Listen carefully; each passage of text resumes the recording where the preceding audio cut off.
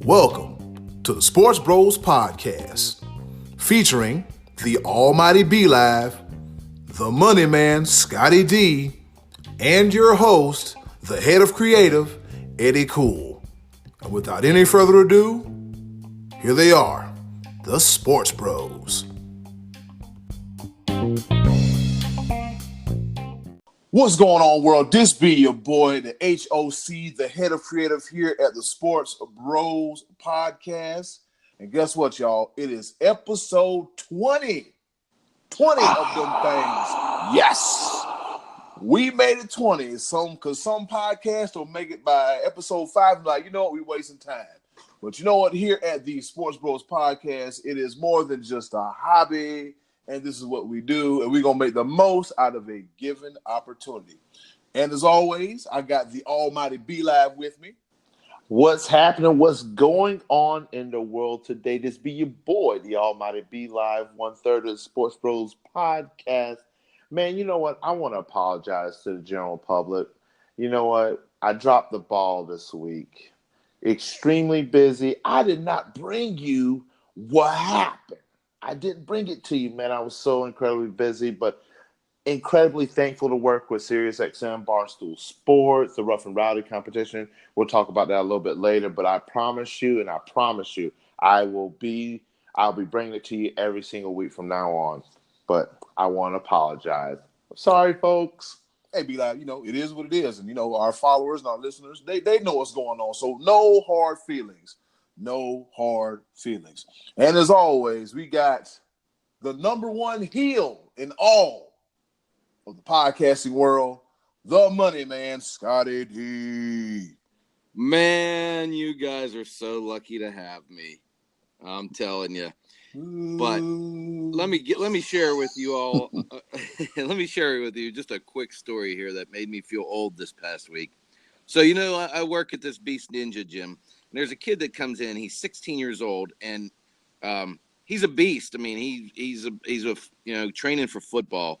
And so he and I were talking the other day. We were kicking around the great quarterbacks topic, and it occurred to me as we were talking that Tom Brady has been the quarterback of the Patriots his whole life. Wow. His entire life, all he's known is Brady as the quarterback of the Patriots. This kid was born in 2002, and Brady took over the Patriots job in 2001. Man, that shouldn't make me feel old, but man, that made me feel old. It's Scotty D. It's because you are old. See, I wouldn't. You shouldn't. And the thing about it is that because in this Maury Povich era, you're old enough to be his grandfather. She started early. That is absolutely true, and that is sad. But I still don't get cards on Father's Day, so we're not there yet. So I understand that. And then Uncle Max, pretty much be an ancestor to him. 4 score and 7. You know what? You see, you know what, Uncle Max. I'm sorry, I couldn't resist that one. I love you, man. I really do. Uncle Max getting that age heat early in this episode. Man, we gonna leave Uncle Max alone. Leave Uncle Max alone. He's a good guy, Other than being an Alabama fan, Yeah. Uncle Max, we still love you. Since we're talking about players and quarterbacks and some people just being around forever, I'm looking at a box of Topps football cards, and it has the the relics group A, B, C, D, E, F, and G. And I'm looking at some of the names on here, and I'm like, who is still playing out of this whole list? Because everybody else is either retired or not around no more. Let's see. We got Vernon Davis still kicking. Ben Roethlisberger still kicking. Jason Witten, who just came back, and Ted Ginn Jr. You have a Ted Ginn Jr. card? Wow. Well, I don't. It's just a grouping of the grouping. Correct. Yeah, I don't have it. No, respect to him and all, but out of just the list of players, Ted Ginn Jr., respect to him. He was part of that 15-1 Carolina Panthers team, Cam VP, all the way to the Super Bowl where the Denver head-hunting Broncos. See, my bad. But oh boy, yeah, I digress.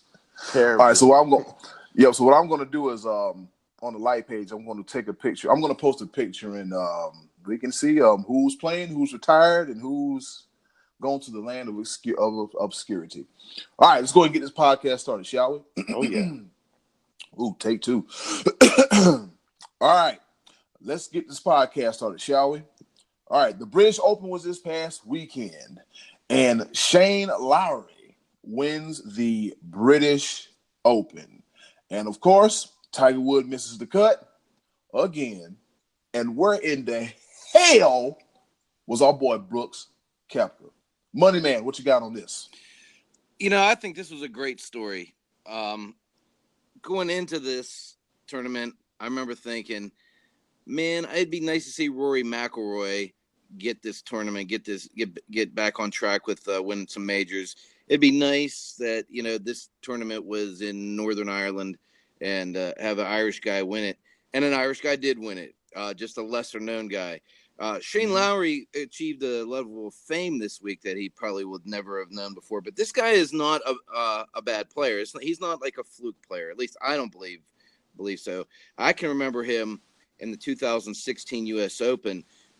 Really, like, it was at Oakmont. I can remember him like bonding with the fans, with the gallery, and he's got a great personality. And I think he actually was second in that U.S. Open, and earlier this year in the PGA Championship, he had a good showing. He was a top 10 finish. So he's not just like a guy who just showed up and won one tournament like Ben Curtis did. I mean, this is only his second win, but I think Shane Lowry is a guy that you'll see a lot more of going forward now that you have a little bit more name recognition. But great story for him to win that. Day 3 was the day that he really won it. He shot the lights out, and that was a kind of a fun day to watch. And admittedly, I didn't see much of Sunday's round because it was on the air a little bit early, and other obligations at the church didn't allow me to sit in front of the TV.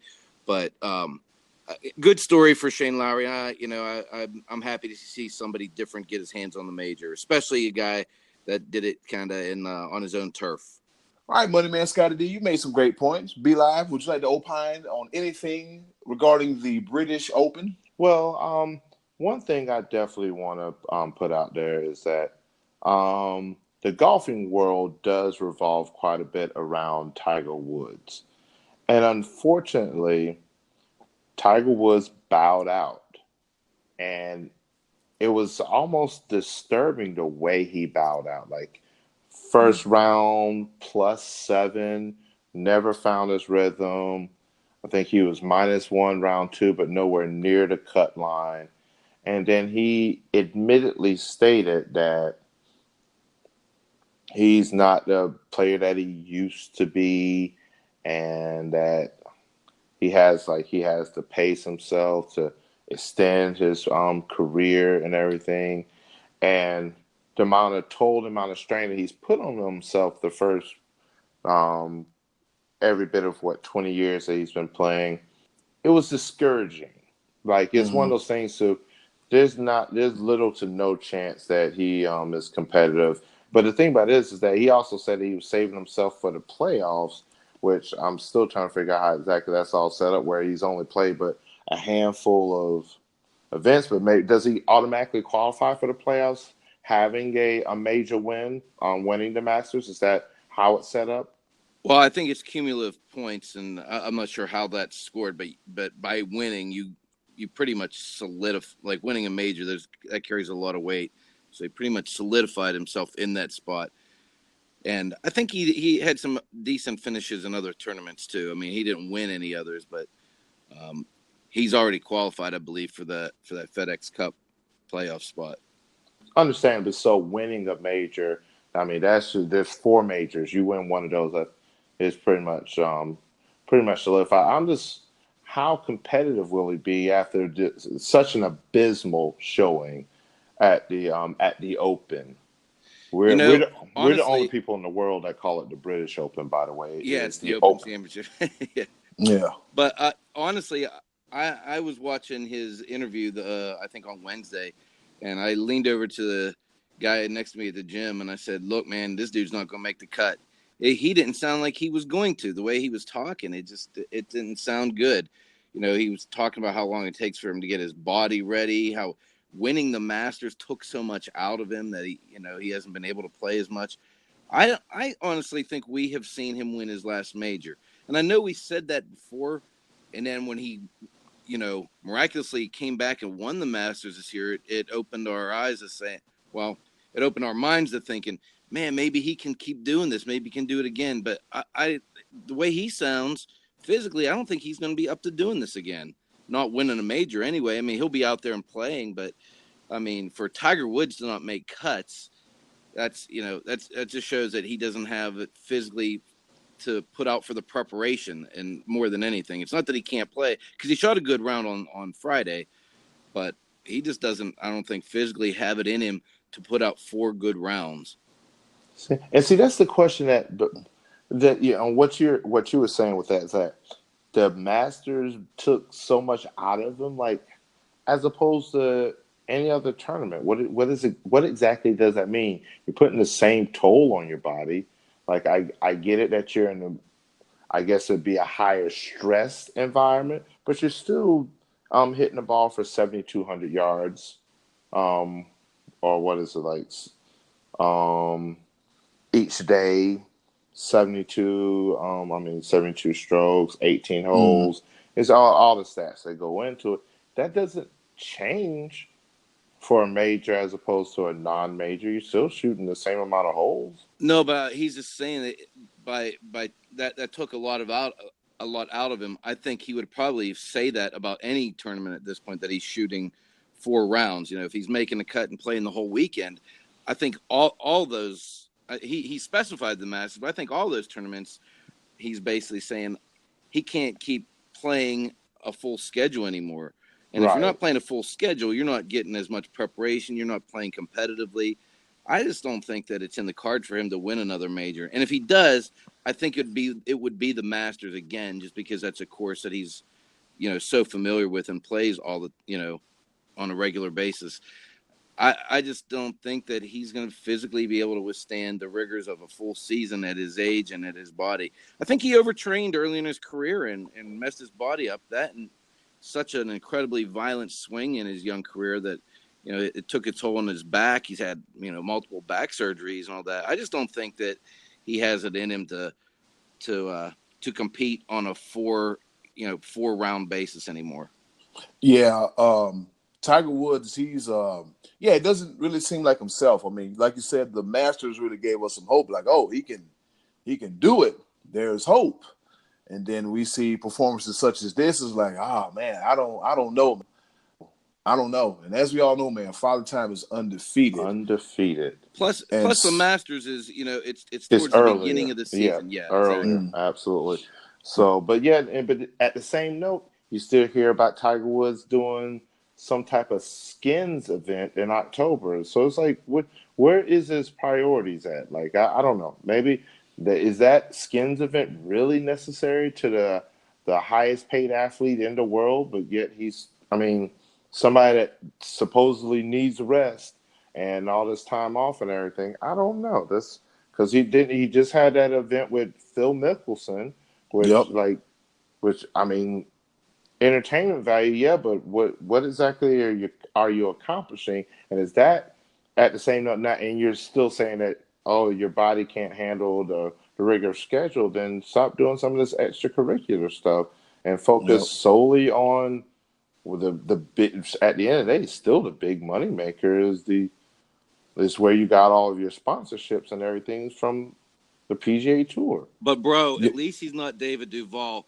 David Duval was plus 27 after 2 days, and he had a 13 on hole 7. Man, I'm going to tell you, I suck at golf.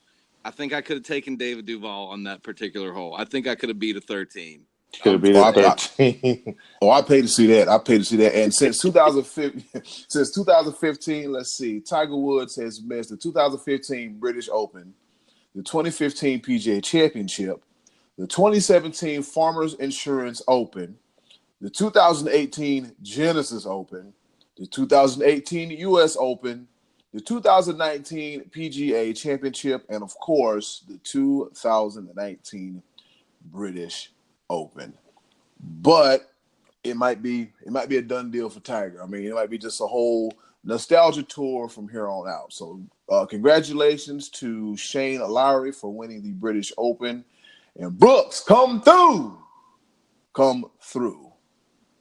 after you finish fourth place and finish -6. Speaking of what seems to be an ageless wonder, let's talk about this here Manny Pacquiao and Keith Thurman fights. In case you don't know, Manny Pacquiao, at the age of 40, defeated Keith Thurman by split decision. And the new welterweight champion of the world is the one, the only, the legendary Manny Pacquiao. Scotty D, your thoughts on this Manny Pacquiao fight and Keith Thurman fight?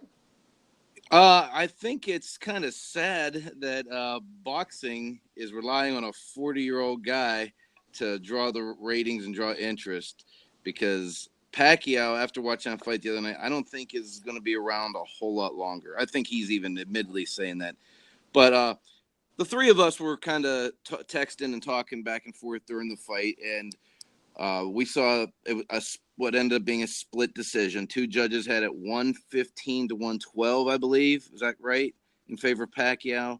Yep. And the other judge, the third judge, had it 114, 113. I think that sounds about right. No, that's correct, sir. Okay, so and we've kind of already debated off the air about this, but Pacquiao got off to a hot start with a 10-8 round knockdown in first round.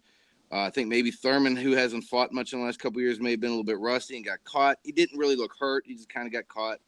And from then on, it seemed like Pacquiao was on cruise control. He had a good second round, but then I didn't think he dominated a lot of the other rounds going forward. So basically, the judges had it 7 rounds to 5, and one judge saw it the opposite way in favor of Thurman. And I didn't think it was as outrageous as I guess you guys had on your feed, a ranting announcer about the judge saying he was drunk or something to that effect. I'll let you get into that a little bit more since you guys heard it, but I just didn't think it was as outrageous. You know, they always say fighters get old fast, like it happens overnight, and I can see a little bit of Pacquiao in his late rounds. He didn't have quite as much speed and spring in his step as I've seen him have in late rounds in previous fights. It's to be expected. He's 40. But I just think that could be just a little bit of a sign going forward that Manny Pacquiao is coming down the final stretch here. Yep, that could be it, because I mean, isn't he a member of the Philippine government? The Senate, yeah. But senator, something like that. So, I guess he's like, hey, enjoy this now, man, because I got some senator work to do. Manny Pacquiao, if you happen to be listening to this podcast, I hope he is. I want to apologize for the ignorance of my other two members of the. Why we got to be dumb for? Because did you not hear the post-fight interview? Like, he's coming back in 2020. This is by not even close to the end of the road. Y'all trying to put him in the grave. Are y'all kidding me? He's 40. He's close to the end. I'm telling you. He might fight again, but he's close to the end. Okay, it's something about those 40-year-old legs, man. I mean, I'm gonna be honest with you, man. The way he was bouncing around in the ring, and I'm like, this dude's 40. This dude's 40. Are we sure this dude's 40? And everybody's like, oh, he ain't got it. He ain't got it. And I'm like, I don't know. I'm not saying it's the end of the road for him, but at this point, like, what else does he have left to prove? He has a lot left to prove. He's the champion. But now he does, yeah. Now you got you got that belt, so you got to defend it. I'm gonna say it, and it might be ridiculous, and I don't even care. I want to see a Pacquiao Mayweather fight again. I said it. Shoot, I think it'd be cool. I think Pacquiao won't let it go down this same way the second time. You know why I say that? Because, shoot, it'd have been one thing the first round, yeah, he caught Keith Thurman sleeping. Keith Thurman thought he was going to come in, pap. It was going to be, you gotta hear the pre-fight interview for that one. That's hilarious. But, yeah, he caught him sleeping in the first round. He went down, bounced back up. Pacquiao still had his bounce and everything. It'd have been one thing if that would have been it. But when we fast forward to the 10th round, where Thurman's done a little bit of work, and then Pacquiao caved Keith Thurman's insides in, made him completely reevaluate what the heck he's got going on in his life, had the man literally running around in the ring trying to get his air back because his soul left his body because Manny Pacquiao hit him so hard in the body. Yeah, I don't know. I just want to ask you: did y'all see that part of the fight? Oh yeah. I saw that part of the fight. Because the way y'all sound, the way y'all sound, y'all didn't see that part of Manny Pacquiao because y'all was singing his obituary and everything. No, we did not. That's exactly. Listen, he's 40 years old, and let me just tell you this, and then you can go ahead and conclude how I'm right. But here we go back again. About 20 some years ago, I was regularly watching a fighter by the name of Roy Jones Jr. You may have heard of him. Yes. Nobody could touch this guy. He was the fastest. He was one of the best defensive fighters out there. He just did whatever he wanted to in the ring and made everybody look like they didn't belong in the ring with him. Then he fought Antonio Tarver, and the fight was close. And then the next time he fought Antonio Tarver, he got knocked out. And then the next time he fought, he got knocked out. It just happened kind of fast, like overnight, where suddenly Roy Jones Jr. looked old. And you could, if you watch that first Tarver fight, you can see just small signs of him starting to slow down a little bit. He wasn't as dominant. And that's what I'm saying here with Pacquiao, is that he's starting to show a couple just small signs. I'm not saying he's still not a great fighter. He is. He's been a champion in 8 weight classes. And I do think he won the fight the other night. I'm not saying, I don't even think that he, I'm not agreeing with the judge that gave it to Thurman. I'm just saying I'm starting to see some things that maybe going forward a year from now that Pacquiao might the rest of the field might be catching up to him a little bit more. I could have saw that 2 fights ago. The past couple of fights that Pacquiao was in to sort of slow down.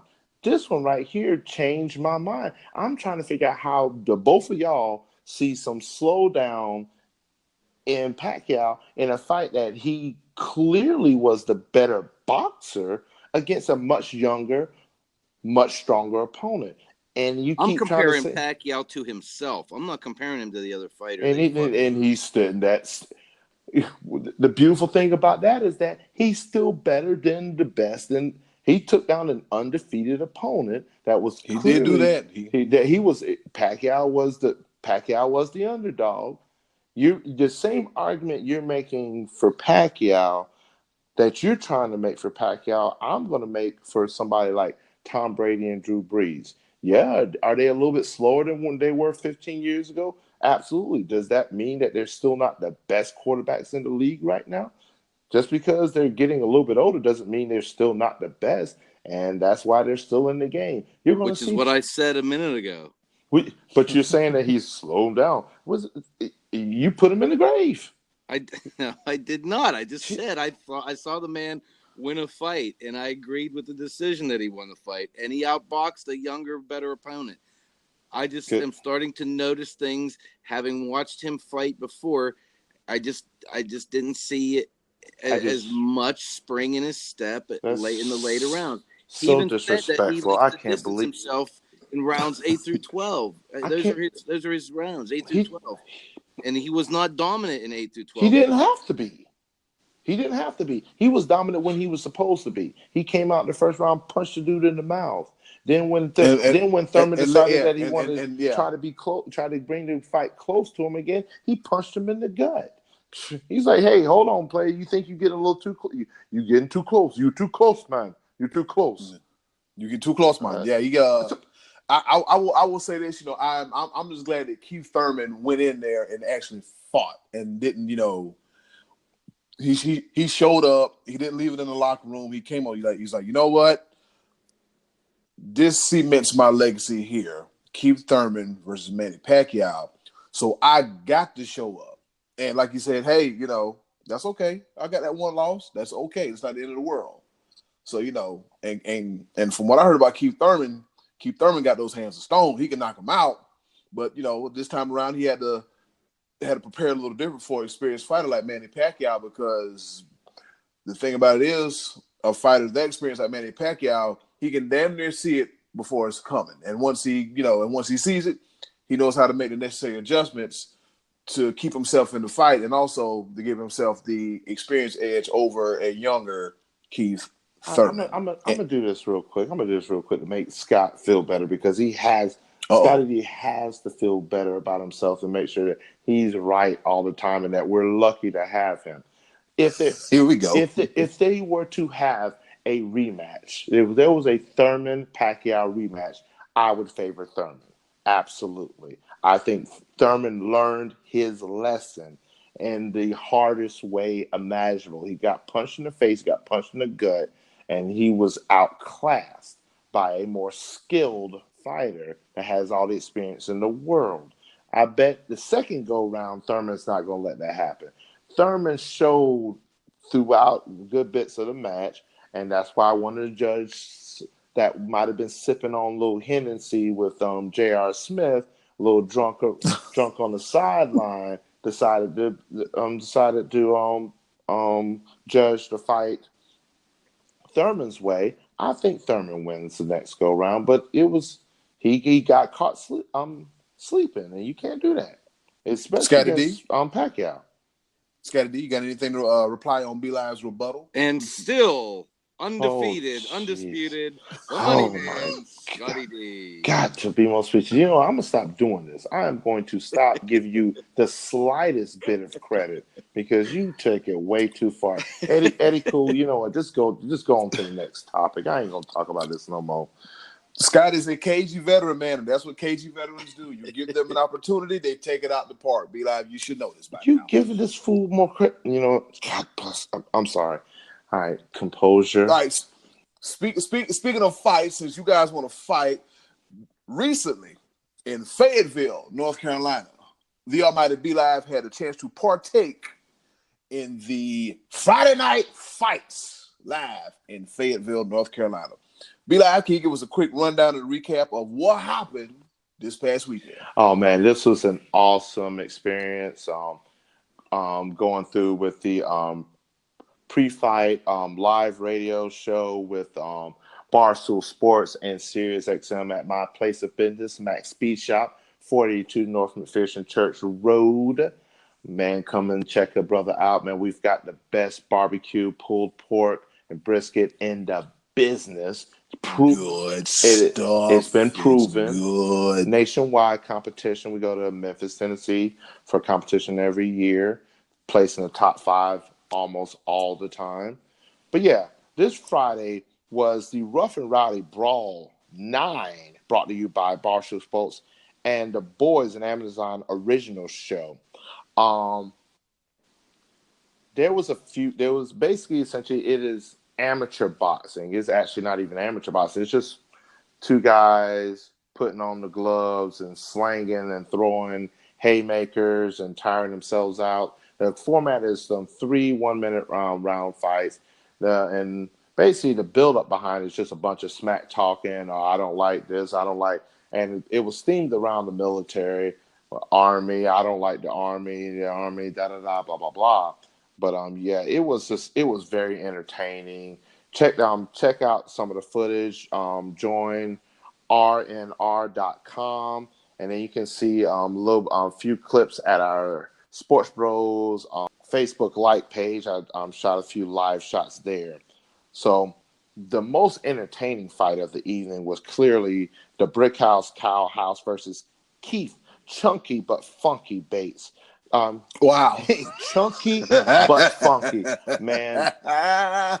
He is a local Fayetteville police officer, and he had basically the whole crowd was chanting Chunky, Chunky, Chunky, and he ended up winning the match. It was very entertaining. It was a landslide. Cow House, I believe he was a frat member. I can't remember what frat it is. It doesn't even matter. But yeah, he was outclassed in the match.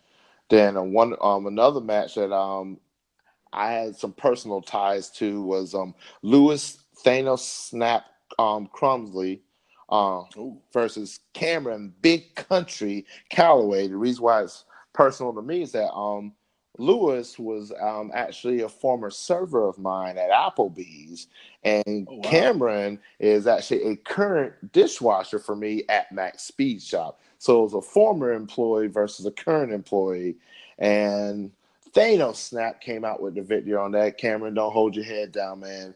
Freaking you stepped up into the fight and everything. It was awesome to see, man. The two heavyweights in there tearing themselves out. So by the time the third round, they were all huffing and puffing. But hey, it is what it is. Another highlight was Mr. Payne, Joshua Wright out of Pennsylvania, I do believe, versus the sniper Travis Stokely, former Marine sniper. And it was a match where the guy was much younger and faster, Joshua Wright. And so we did see the first KO of the evening. But, man, Travis, hold your head up, bro, man. I know you've been through a lot over the course of your life and everything, and you performed well. And, I mean, definitely we are proud of you, my man. And then another friend of mine, Tyler, the Outlaw Peckinpah, fought First Class Troy Spell, and this was the infamous Red Panties match. You guys, Red Pant. Wait, Scotty D, we hear this, Scotty D? Red Panties match. So red draw that red. Well, it was one of those things where it little trash talk, and then he's like, during the pre-fight interview, he pulled out, Tyler pulled out a pair of red panties. Like, I got this from your mom the other night. So there's a lot of build up that went into it. And the match did go to decision, and First Class Troy Spell did come out with the victory. But it was an awesome match to watch, and just cheering on friends of mine that participated. All in all, there was 33 fights. And it was just silliness in the ring, man. But it was awesome. It was an awesome display, man. Glad to have the guys represent, come in to Fayetteville, give a lot of notoriety. Again, I do look forward to working with SiriusXM and Barstool Sports in the future, man. Awesome guys and gals. And they definitely appreciated us hosting them and everything. It was very fun. Oh, man, that's pretty damn cool, man. You got a chance to see some amateur boxing at its finest. 33 fights. Wow, that's a lot of fights. I guess when they put the card together, just go ahead and put 33 of them things on there. Some of these fights going to end early. They probably even won't make it past the third round. But we just keep the party going. People keep the party going. Yep, be live, and we look forward to more of Friday Night at the Fights with Be Live. All right, now we're going into the favorite section of the show, the portion of the show, the choices of the voices. And pretty much what they are, Scotty D lays out the question. You guys give us your response, and we give our responses towards the end, but we debate back and forth about the responses, and we just have fun. All right, guys, ready? Are you ready? That's the question. Are you ready? I've been ready. I've been ready. All right, Scotty D, fire away with the question.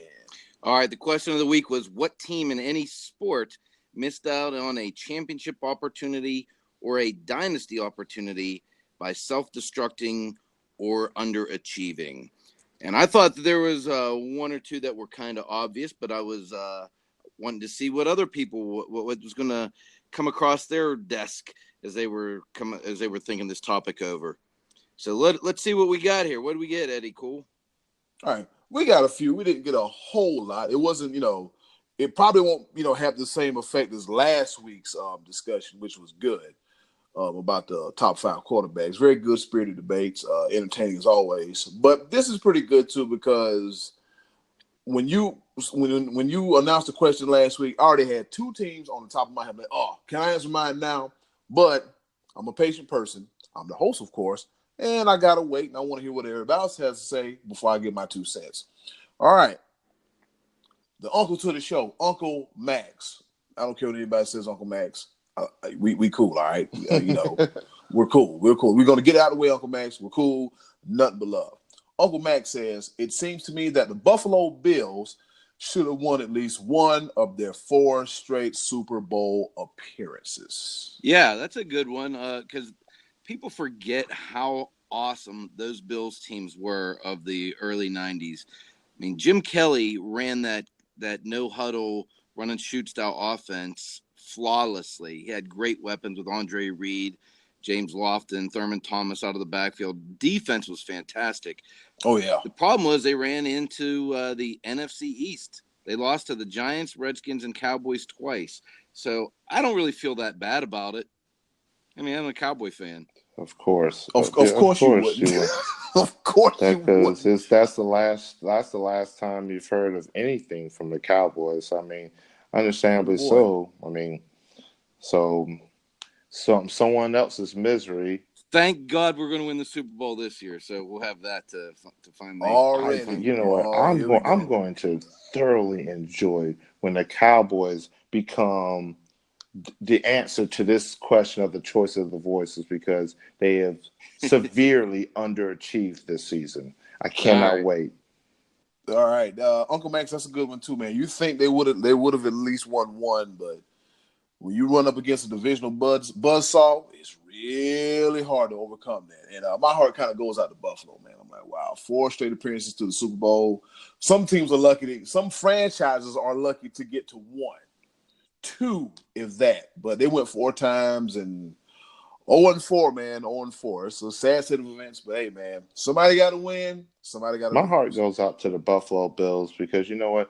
They're near and dear because they're Carolina Panthers Junior right now. Yep. So they just like to pick up our scraps at the end of the day. Like, how many former Panthers have gone on to be Buffalo Bills? Then Kelvin Benjamin, the newest Mike Tolbert.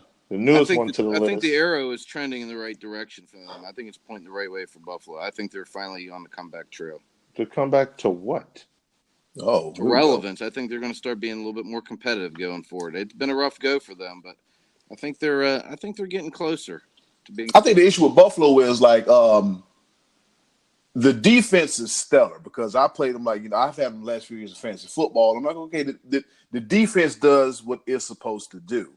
Now, if we could get Josh Allen and that offense to replicate the effort that the defense gives, then we're talking business. And then again, you're in the AFC East. I mean, that's exactly what you do to beef up your offense is pick up the beefcake Kelvin Benjamin. Yeah, that's exactly how you beef up your offense. What the frick? Yeah. So, I mean, go ahead. That guy. Should have been a tight end. Who else we got here, Eddie? Cool. Boy, come in training camp weighing 264 pounds. You're audition for tight end? What you doing? But I digress, in the words of Be Live. Martin Tracy with a good one. Very recent and very relevant. The Tampa Bay Lightning, they had a record-setting season only to lose in the first round. Yeah, excellent call on that one. And you win 62 games and fall flat on your face. A classic case of wow. Yeah, and you gotta say it correctly to put more emphasis to it. They didn't lose in the first round. They got swept.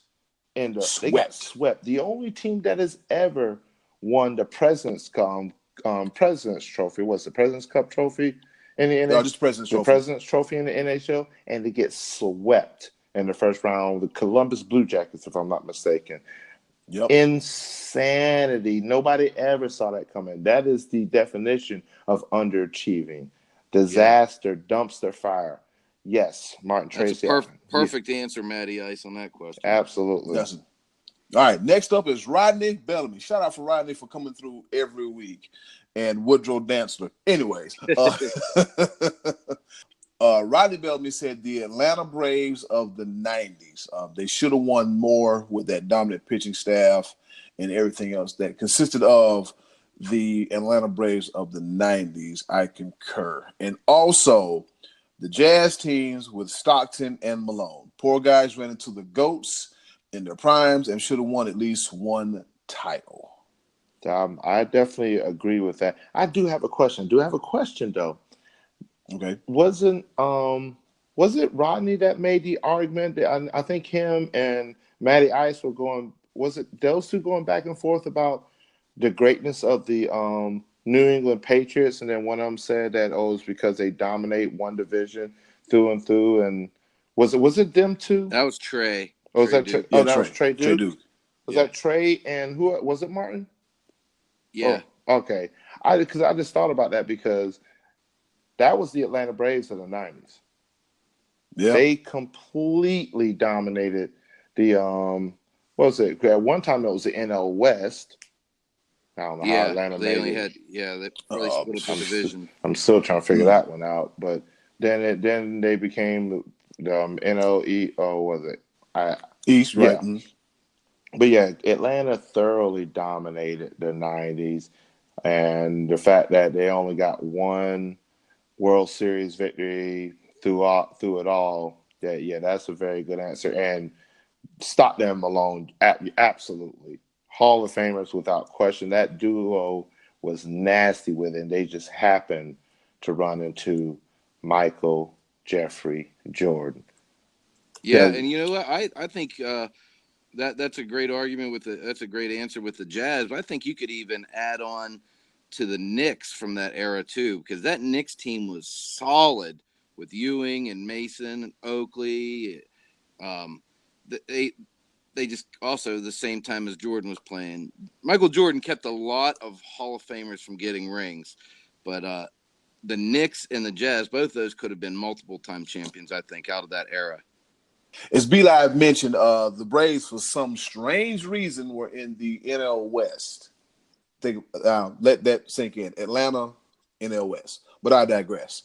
In that division, it was the Braves, the Giants, the Astros, the Dodgers, Reds, Rockies, and Padres. Not too tough, but I see where the Giants would give them a run for their money.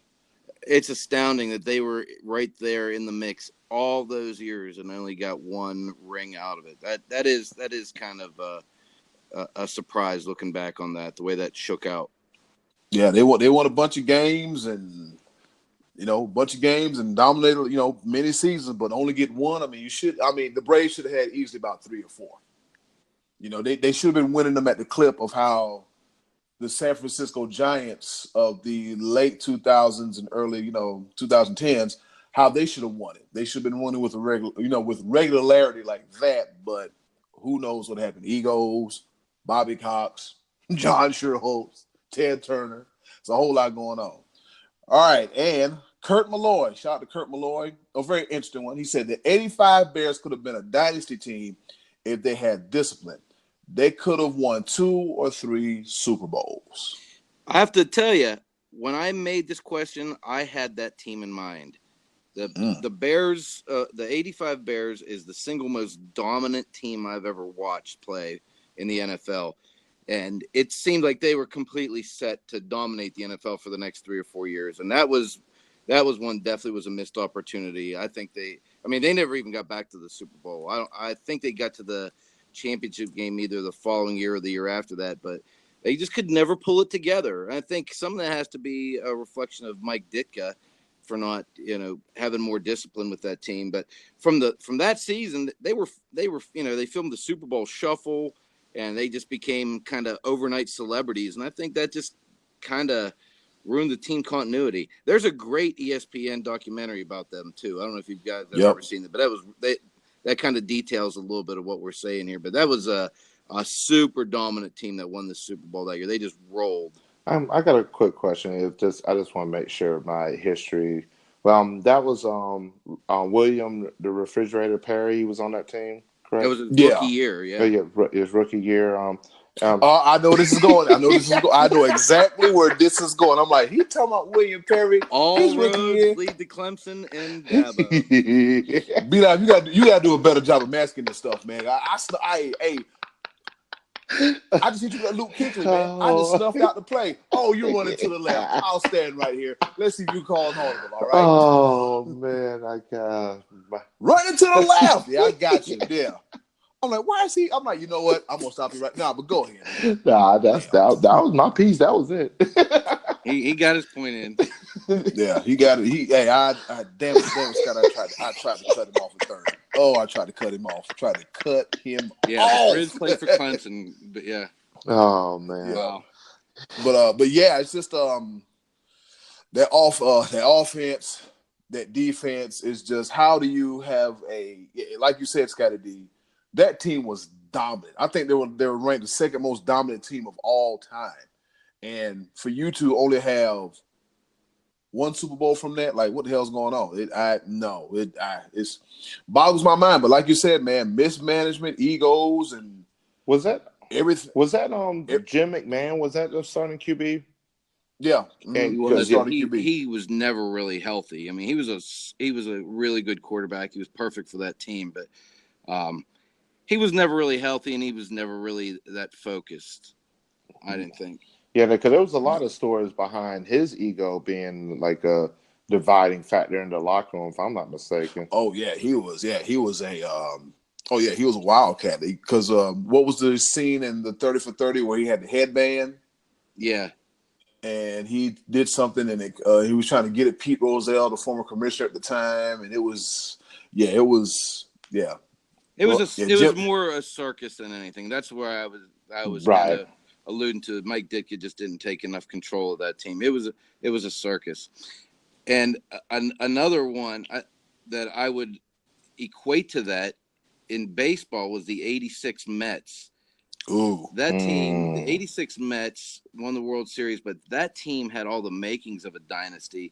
You had a young Darryl Strawberry, a young Dwight Gooden. Gary Carter was on the top of his game. Keith Hernandez was a former MVP, and we obviously know what happened in Game 6, where they, the Bill Buckner era, or error, enabled them to win that game and then go on and win Game 7. But it just seemed like that team was set for long-term success as well. And it was another circus. I mean, I see a lot of parallels between the 85 Bears and 86 Mets, both teams in the late 80s that just seemed like, man, these are larger-than-life personalities and just underachieved on the long-term goal. I mean, don't get me wrong, both teams got championships. You can't take that away from them, but it just seemed like both of those teams were in line to really, take it to another level and did not do it. Yeah, I think if the 85 Bears would have had their mess together, man, they could have been bigger than the Chicago Bulls in the city. They could have been big. They could have been bigger than the Bulls. They were at that point in time, but I think if they would have kept that thing together and and rounded off about 2 or 3 more, then the Bears, Bears town. Yeah, the Bears town. Pete D'Amato says the 18-0 New England Patriots. I'm sorry. I'm not giving the Patriots any love on this show this week. We gave them too much last week, and that I think he was just taking a dig at Matty Ice on that one. Oh boy, the Patriots. Yeah, the Patriots that went undefeated, and they won enough where they didn't get cheated. I'm going to tell you that.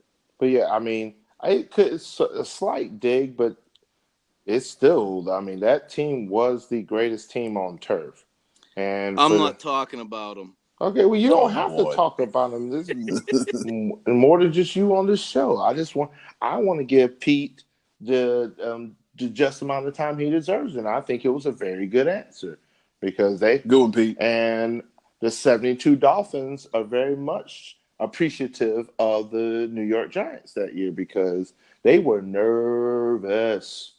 They were extremely nervous. That team, Randy Moss, come on. Jesus. Yeah, that team was on point and should have been that should have finally ended the 72 Dolphins popping champagne, smoking cigars. But I'm not even gonna lie to you.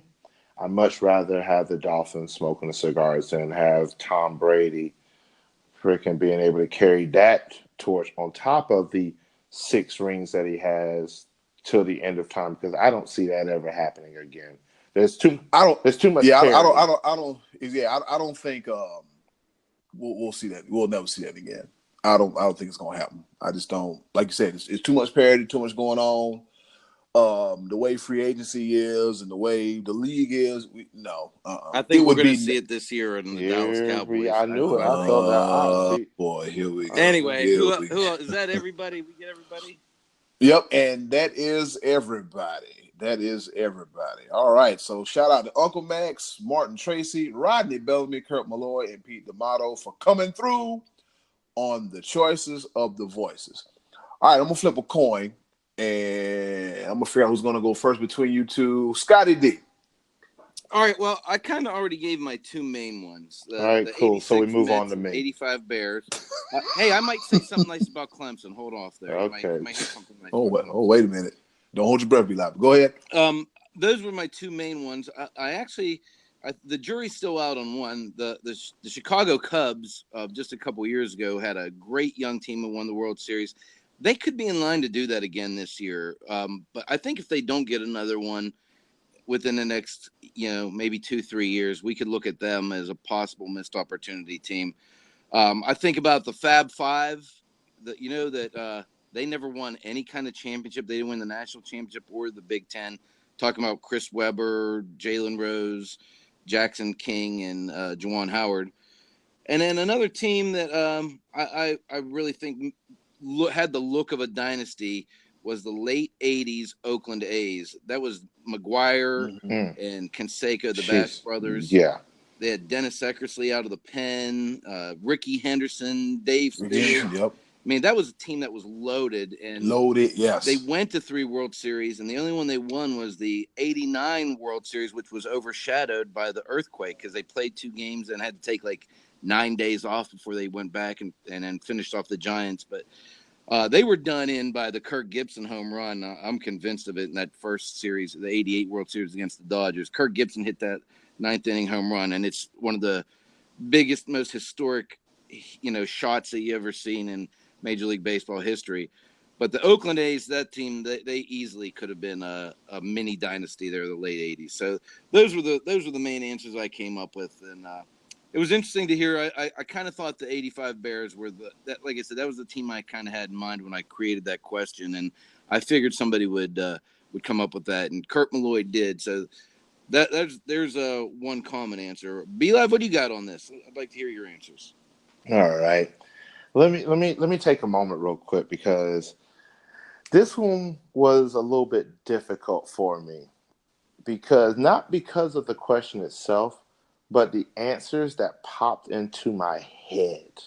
And Eddie Cool, just be especially prepared for this because there's 2 teams.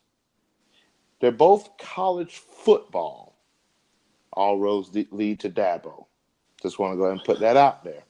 But there were 2 teams that literally, like, I'm left scratching my head, and it hurts me and pains me to say this.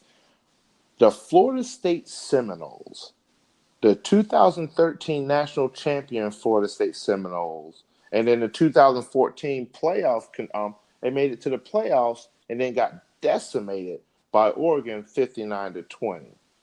They got smoked. But here's a storied Florida State Seminole program. Florida State was Clemson before Clemson because Florida State was the national champions, like the 1996 through 2000. They were either champions or the runner-up in 5 straight years, and like they were the dominating factor in college football. Period. And so, they were already solidified. And then when the BCS era and the college football playoff era, it was Florida State. They were that program that was destined for success.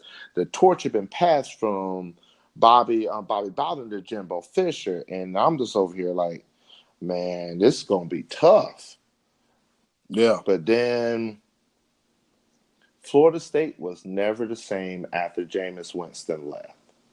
Nope. And they did not have the same caliber quarterback.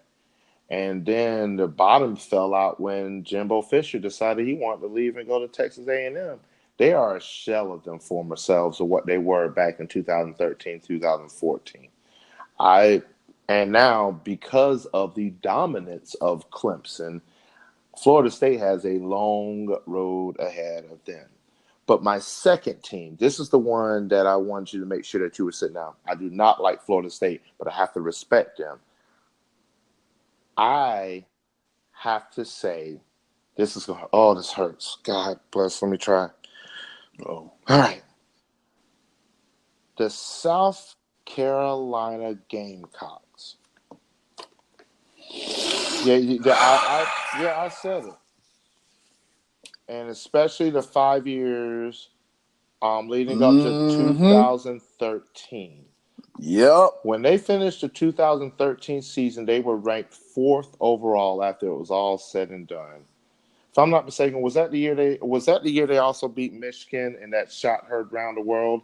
Yep, that was that it. was it. Jesus Lord, that was now that team. You want to talk about loaded teams and all the talent in the world? I mean, we had Connor Shaw, we had another Mike Davis because we keep a Mike Davis on deck. Mm-hmm.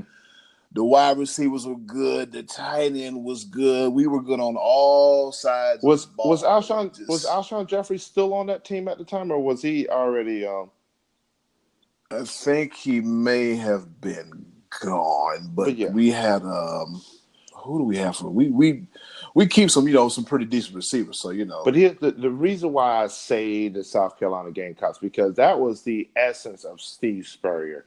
They were steadily on the climb, all the way up to 2013, where they peaked at number 4 at the end of the year. This was the 5th straight victory against my beloved Clemson Tigers, and I'm sitting here with the long mouth and the sad face. I'm like, this is getting old. But then the recruiting battle started, and things started to change. Because I hate to cut and be live, but he left in 2000. He got drafted in 2012. He got drafted 2012. Okay, I just want to make sure. I knew at some point in time, like Alshon Jeffrey was leading that team as a receiver and everything, but the talent that was there was incredible. Steve Spurrier was winning the recruiting battle when it came to pulling players from Florida. And I actually have to attribute some of Clemson's success because the entire state of South Carolina was winning the recruiting battle against Florida. Like, we pulled C.J. Spiller, and that was one of those, wow, are you kidding me? Players from Florida were looking at the state of South Carolina. So I attribute some of that. I attribute some of that to Tommy Bowden against Bobby Bowden, the Bowden Bowl and everything like that. But yeah, the Gamecocks. Now, here's what happened, though. In 2011, the Gamecocks were caught doing a little dirty dealing when it came to allowing their athletes to stay at the Whitney Hotel, where they were getting a discounted rate. The players were getting a discounted rate where I think they were allowing the players to stay there for $17 a day when it was supposed to be like $59, $60 a day. And so the NCAA was like, you can't do that. And so the Gamecocks put in a self-imposed penalty of giving up 3 scholarships, and they slashed their recruiting visits in half from 56 visits to 30. And that is a huge blow to recruiting. And I think that'll do it every time. And that was implemented in 2013, 2014. Shortly after that, where they could not recruit as well as they could, Steve Spurrier left midway through the 2015 season, and the Gamecocks have not been the same again. They with that whole recruiting situation, they could not pull those top level recruits, and this was the rise of the Clemson Tigers football program. And when you've got your in-state rival picking apart recruits left and right and becoming the national powerhouse that they are. But the Gamecocks at that time could have easily been up there in the ranks of your powerhouses in the SEC, your LSUs, your Auburns, your Alabamas. South Carolina was right. They could have easily surpassed Georgia, but that happened at that particular time. And now the talk of the town, the SEC, is, of course, your Alabama and your Georgia right now. And then, of course, the entire world is your reigning, defending, undisputed national. Right. All right. Yeah, I'm just over here. I'm paying attention. But I was over here looking at some of the talent we had. Jadeveon Clowney, tight end Justice Cunningham. Who else? Tight end Jarrell Adams. I think we even had Bruce Ellington, Cedric Cooper, Chaz Elder. Yeah, Bruce Ellington, a wide receiver. I mean, the Gamecocks were loaded, but it was just something about it. I think hey, it might have been its time. It might have been its time. Like, okay, it's fun while it lasted, but we're gonna go ahead and just end this right here. My two picks for what could have, should have, would have been, but ain't turned out to be nothing, are the Phoenix Suns teams during the 2000s where Mike D'Antoni was the head coach and they were just running up and down the court, playing with a small lineup and just shooting the ball on everybody, averaging 110 points a game. You had Amari Stoudemire at the time. You also had two-time MVP Steve Nash, which he should have been a one-time MVP, but that's another story for another day. You had all that talent, but the problem was the San Antonio Spurs, and at the time, the Los Angeles Lakers and Kobe Bryant. That's when the Western Conference ascension started to rise. That's a great call, Eddie. That's one I hadn't even crossed my mind. That's a great call. Yep, Phoenix has some good teams, man, but then you run into that, that loaded San Antonio Spurs team, makes it a little bit tough for you to win games, and then once that happened, man, the window shut on them real fast. Another team that the window should have just every year the window shut on them even more and more, sometimes more than others, were the San Diego Chargers to the mid to late 2000s. Yeah. When they when they had Vincent Jackson, Antonio Gates, Phillip Rivers, Tomlinson. LaDainian Tomlinson, and on defense you had like lights out Sean Merriman, and you had other guys on the defense that were good too. The Chargers were competitive, but similar to the Phoenix Suns, they couldn't get over them damn New England Patriots. Because I don't know if I'm pretty sure you guys remember, but I'll refresh you. The 2007 AFC title game performance. Okay. Phillip Rivers was out there with a torn ACL trying to make the most of an already abysmal situation. On the road in Foxborough, AFC title game. Let me just set the scene for you. Yep. Also, LaDainian Tomlinson had an injury that he was injured to the point to where that, you know what, just put the hot coat on. Yeah, you're not going back out there.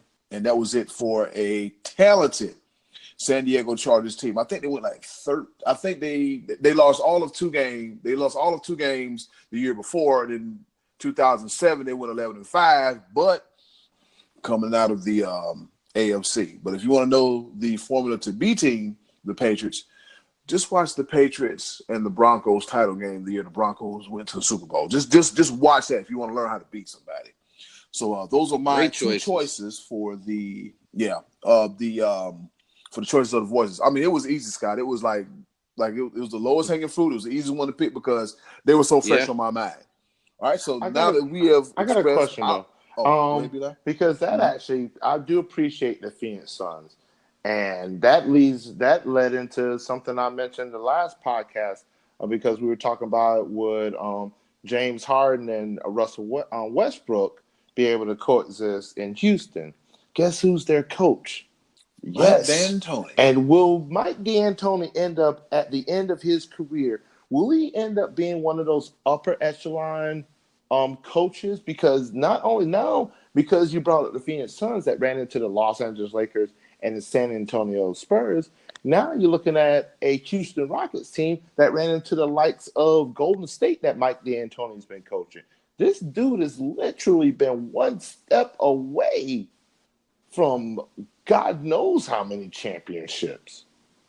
Mike D'Antoni is the classic case of being the bridesmaid and never being the bride. Gentlemen, that was a very spirited edition of Choices of the Voices. It wasn't like last week, but it's still good though. It's still good. And with that being said, Scotty D, what is next week's question for the Choices of the Voices? You don't have to go quite as in depth here for this one. Last night I was watching a movie called The Battle of the Sexes. Have you guys seen this movie yet? I haven't. It was an outstanding movie. It's about Bobby Riggs and Billie Jean King, the big tennis match they had in 1973. Great sports movie. So that gave me the idea of asking, what is your favorite sports movie of all time? And give us three. Give us your top three. So there's a lot to choose from and a lot to think about to narrow it down to three, but it's a little bit more simple question than this past week that we asked. So that's on the table for next week. That's our topic. Favorite sports movies. Top 3 favorite sports movies. This is gonna be another good one. Another I good just one. had 15 just pop in my head. I'm just, good Lord. Well, I we're not narrow talking it about down. Clemson team, documentaries. We're not talking about like the year-end review. Yeah, review, those don't the highlight count. reel. So you talking about now. Oh, you talking about the one that's just coming out now, the greatest ever? Oh yeah, yes. Yeah, we're not talking about the life story of Dabo Sweeney or anything like 15 that. and 0, the only team that's done it since 1897. Oh, my bad. Go ahead. I digress. Eddie, get the train, do something, conduct something. Dabo's story coming soon. Produced by the Almighty B Live, written by the Almighty B Live, and starring the Almighty B Live. I guess you get the theme here. But anyway, I had to do it to you. You keep on doing it. I'll have to do it to you. All right, so that's next week's question for the choices of the voices. And now it's time to see who takes a seat in the penalty box. And the penalty box has a different look for this time. Also, while I have everyone's attention, to our listeners, you know what, guys? We know that the penalty box, we may say things that may be repetitive. We'd be like, you know what? I know somebody who should be in the penalty box. Well, listeners, guess what? Not only are we going to ask you to participate in choices of the voices, but we're also going to make the penalty box interactive as well, too. So if you see somebody in the world of sports saying something stupid, doing something dumb, or just being a bonehead, let us know, and we can find them some room in the penalty box, because we'll move some people. If who you select is good enough, we'll make some room for them. Yes, we will do that. All right, looks a little different, and here we go. Me and B Live can relate to this one. Scotty D will we filled you in what was going on during the post production meeting of the Sports Bros podcast. Yes, we have those. The commentator that was losing his mind after the Manny Pacquiao and Keith Thurman fight. But basically, he said what I said. The one judge that scored the bout for Thurman was drunk and should never be able to judge a fight again. So he was going off. He's like, what fight did this guy see? What was he looking at? I mean, he was going. I was sitting. Oh my goodness! I got in trouble at work when I was watching the fight. I should have been actually working, but man, that commentator, I need to get his name. I'm gonna try to get that sound clip or that video clip and post that to our like page, because I'm telling you, it was entertaining. But yes, tone it down a little bit. He just went. Yeah, he went off. I think he forgot where he was at, and he was like, I'll post it so the listeners can judge and see you. But he's going in the penalty box for now. Calm down. 2 minutes. Yeah, 2 minutes. Speaking of another 2-minute minor, Le'Veon Bell for a long-winded, nonsensical rant while traveling. Here's the thing about that one, though. I don't know that's a 2-minute minor, because Le'Veon Bell, first off, the reason why you're in the penalty box is because you sat out trying to get a contract thinking that you was the best thing since sliced bread. So you didn't even play for an entire season. Years before that, you didn't make it through the entire season, which made you liable when it came to the Steelers wanting to pay you any money. And so now, because you're out here where you should be training and staying healthy and everything, because that's always been the number one concern about your storied career, you're out here playing basketball and everything, and the critics are having a field day because you can't stay healthy. And so now you big mad because the critics are saying that you should be playing basketball, you should be training, you should be at training camp and and this, that, and the third. And now you want to walk up and down stairs as opposed to taking the escalator just to say something like despite the critics or whatever. Bruh, you haven't shown us anything to be on the contrary, where we should be like, you know what, it's all good. You can chill and do and whatever. You can have fun. No, bro, you need to be training because you need to make it through an entire season. That's why I don't think this is a minor. This is a full-on major. You got to prove yourself to us before you decide that you want to go on a little rant. Hey, LeBron James has earned his Taco Tuesday. He earned that. Tuesdays. He earned that. It's all good. LeBron, you okay with me. You're okay. Because you put in work. You got hurt last season, but you put in work. Le'Veon Bell, you have not made it through an entire season. You have not won a Super Bowl. Like, bruh. Get your life together before you decide to want to have all this fun and everything. And that's my biggest issue with Le'Veon Bell. Like, yeah, you're good, you're all world, but the best ability is availability. What you think about Le'Veon Bell, Scotty D? I think he's a knucklehead. Knucklehead. Well said. All right. Repeat offenders, James Dolan for doing absolutely nothing to improve a storied franchise in the world's famous arena. And then we have Michael Jordan, see James Dolan. Simply put, I want to say this. I think I'm going to let James Dolan ride this out until the regular season of the NBA starts. I'm Okay. gonna alleviate him from the penalty box. Michael Jordan is not off the hook. James Dolan, I'm gonna let him off the hook until I see what they do with RJ Barrett and see how they develop the team. Yep. I'm gonna see what happens, because I think when they didn't get the big name stars, I think they put enough pieces where they won't be the best team, but they're not going to be the worst team. I don't think it's not going to be the Knicks of old like they were the past few years. I think I'm gonna let the product on the court speak for James Dolan at this point. Michael Jordan, you're not off the hook, because the fact that Kemba Walker, how do you not appreciate Kemba Walker? I don't get it. So that's where I stand with James Dolan, Michael Jordan. James Dolan, you're all right with me until the regular season. Michael Jordan, you still got some splaining to do. Treating that team like Right. a side piece. All right, so here we go. We got a Rafael Nadal. He didn't win Wimbledon, and deservedly so, because he's conducting a scratch and sniff test on worldwide television, picking nose oysters and digging for dingleberries. So you want me to shake your hand after we win after a tennis match, but I've seen you for a course of 2 to 3 hours digging your nose and digging your butt. Fist bump, bro. Fist bump me. No. No fecal matter on my phalanges. You might not get a fist bump. You might get an elbow from me. Just hit the elbow, touch the tip. There you go. We good.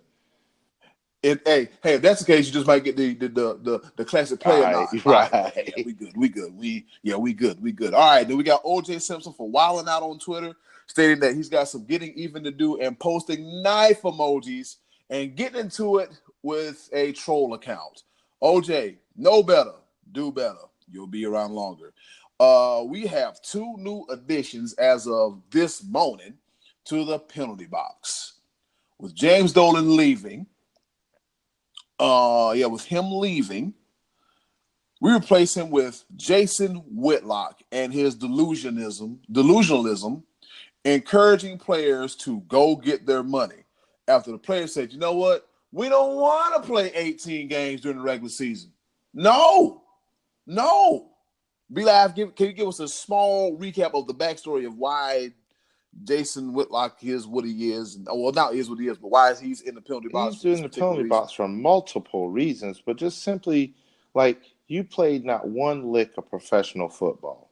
You have professional football analysts that give you their expert opinion on what players should and want to do in the National Football League, and yet all you can say is, "Oh, you should get your money. You're going to make more money.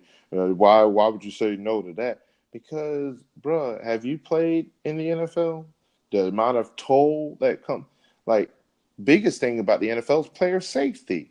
That you clearly have no concerns or qualms about. You just talking about, oh, you should get their money, and then he also made some side comment that made no sense. He made it seem like that, oh, the players of this day and age got it so good, and that there's no controversy between the players and the owners.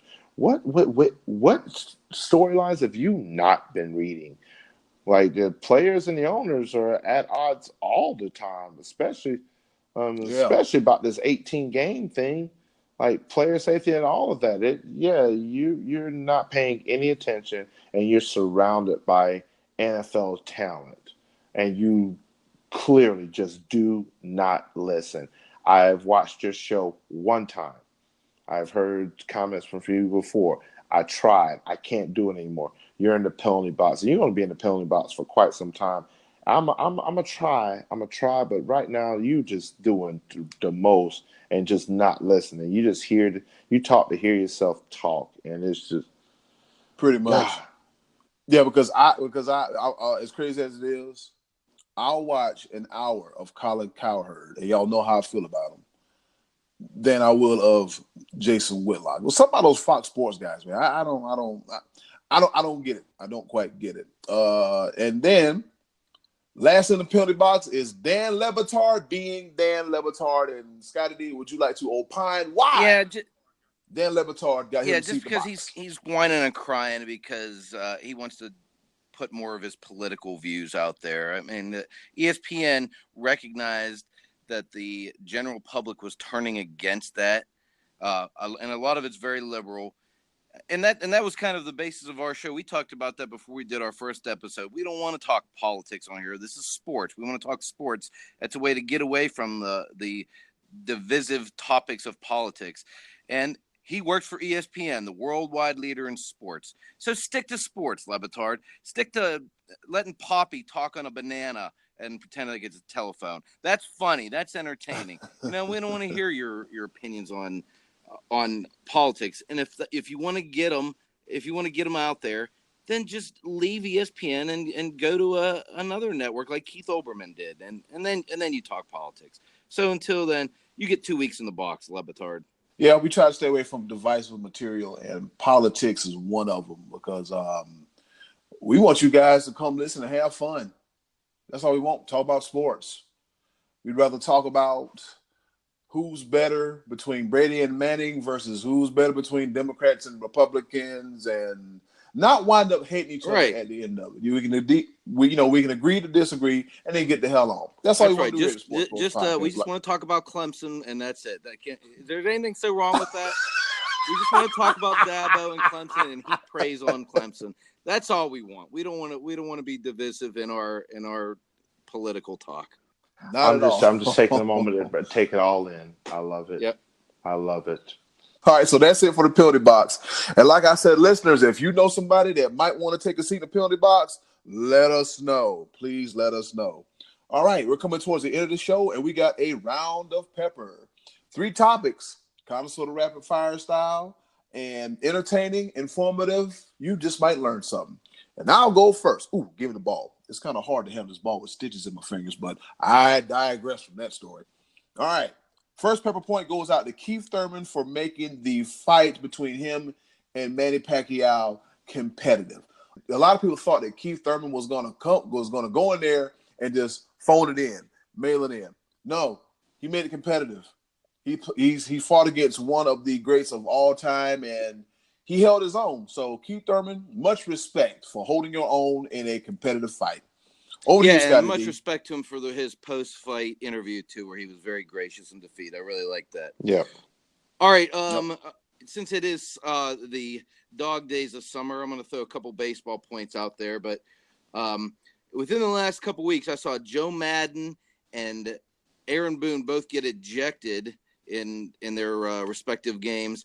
And in each case, I think it ended up firing their teams up. The Cubs have seemed to have taken control of their division, and they're shaping up to me look like they could be a World Series contender. I know I had the Brewers preseason, but the Cubs to me look like they are starting to take control of their season.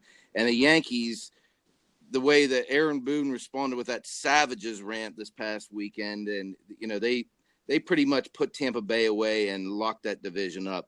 So I guess kudos to managers for getting ejected at the right time. If we were heading towards a Cubs-Yankees World Series, man, that would be awesome. Over to you, Be Live.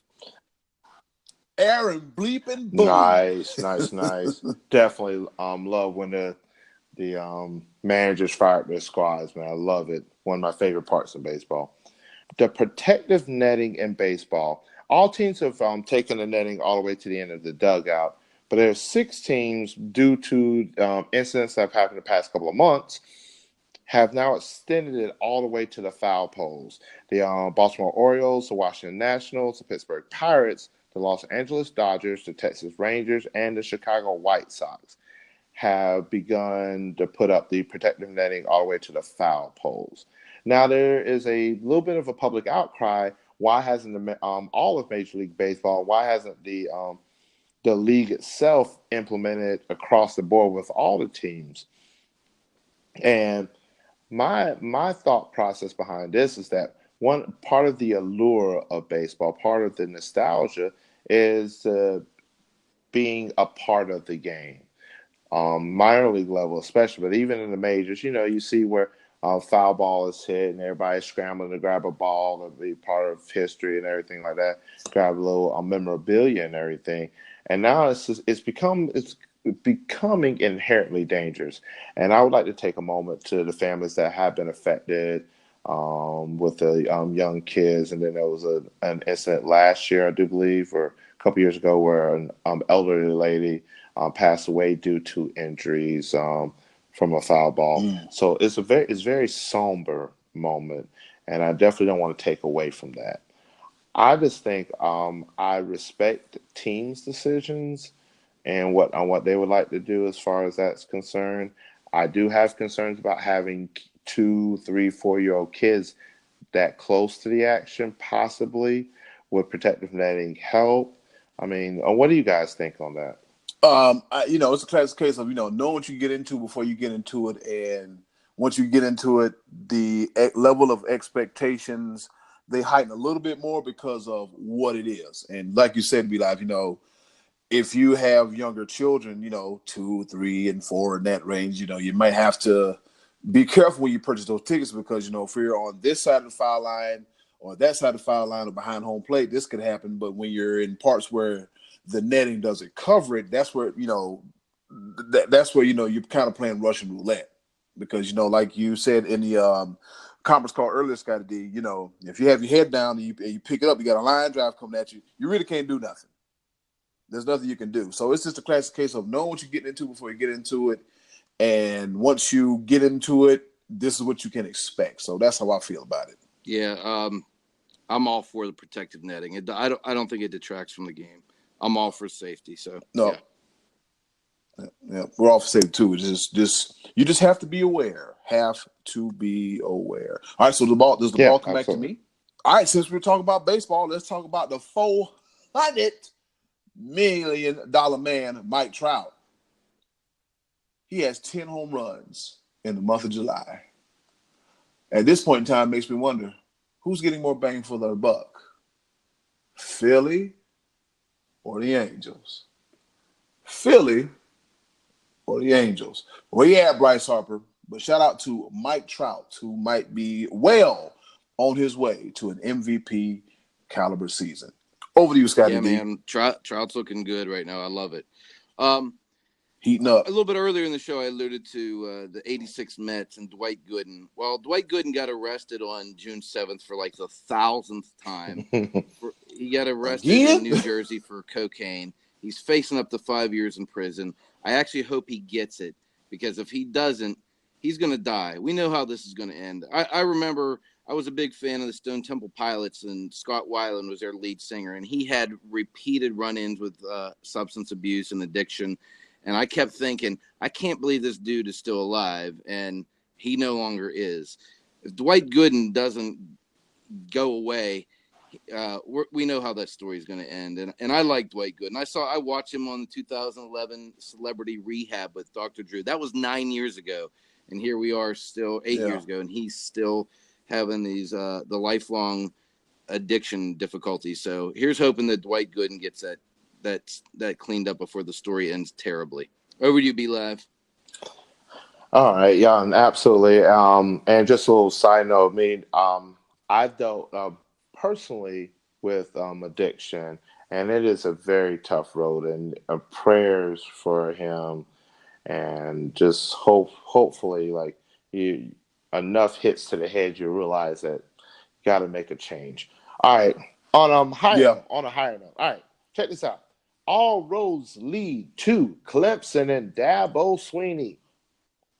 Oh God, Scott, I'll see you later. Just want to make sure you understand that. It's understood. Yeah, we know. We got it. All roads. All right. So the big hype has been about Alabama and Tua and Clemson and Trevor Lawrence. But there's been no talk about Clemson's star running back, Travis Etienne.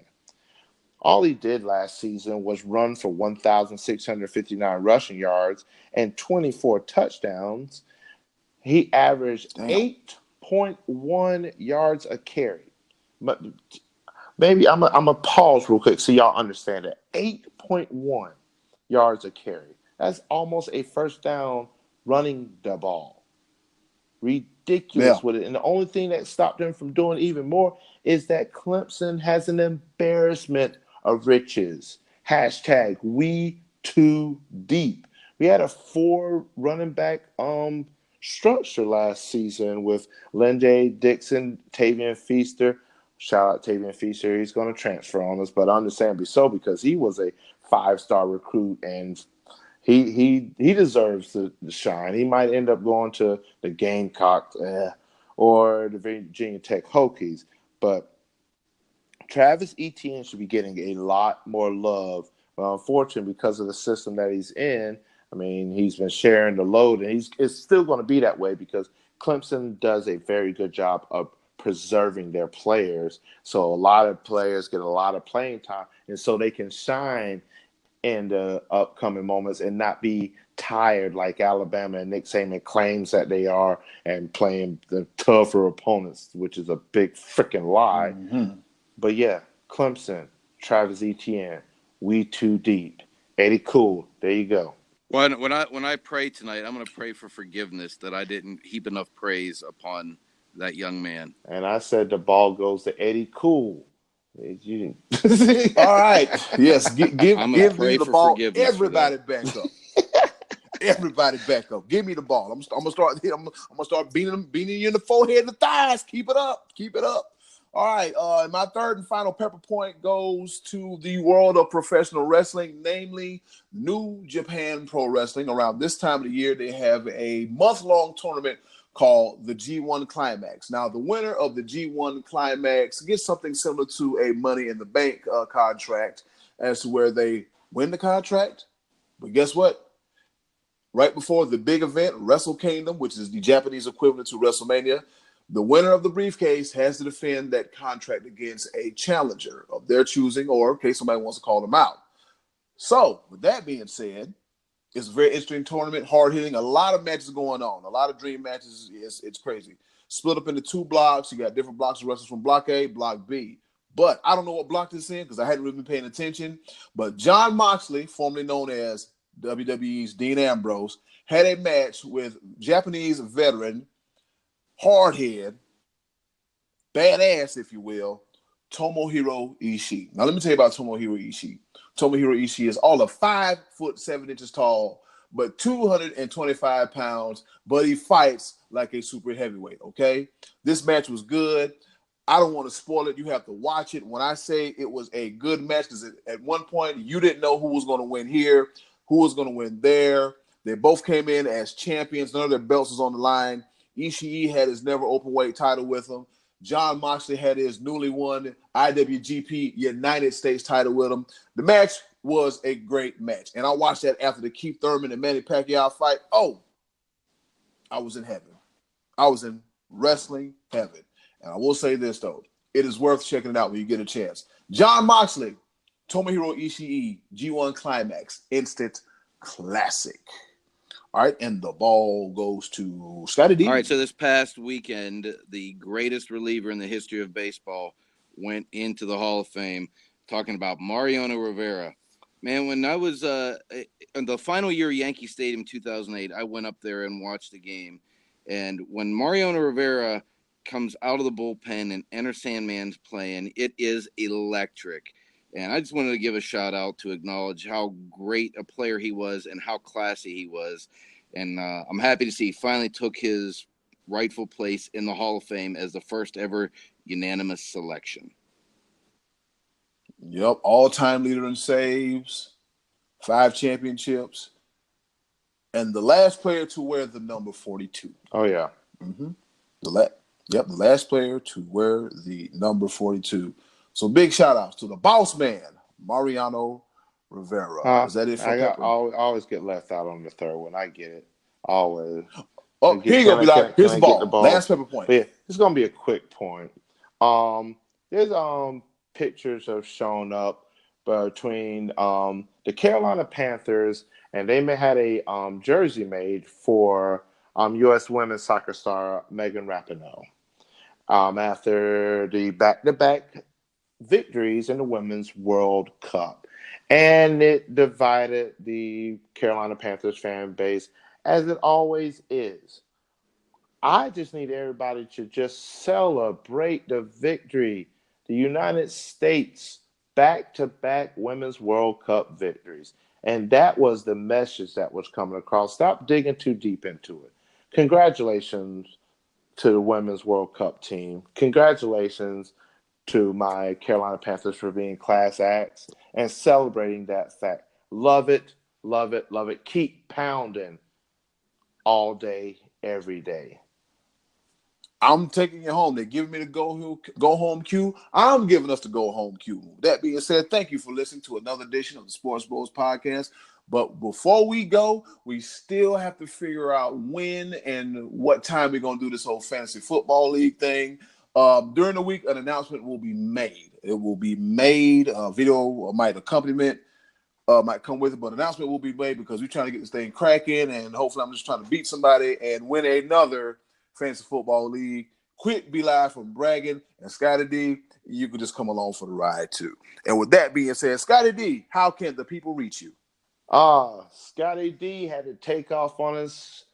He is headed to Beast Ninja, the #1 obstacle course gym in Myrtle Beach, South Carolina. Quick shout out to Marquise Goodwin, the winner of 40 yards to gold, the fastest player in NFL right now.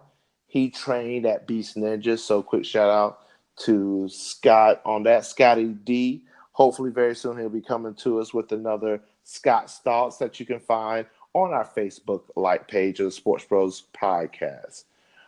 You can find me in St. Louis, where the gun blazes. Oh, my bad. I'm so God. You do don't do that. Don't do that. You can find me on Instagram and Twitter. This be your boy, Be Live, no I, so THSBEYABOYBLIVE. You can also find us on Instagram and Twitter. On Instagram, it's Sports Bros Podcast. On Twitter, it's Sports Bros PCast. You can find us on our Facebook like page of Sports Bros Podcast.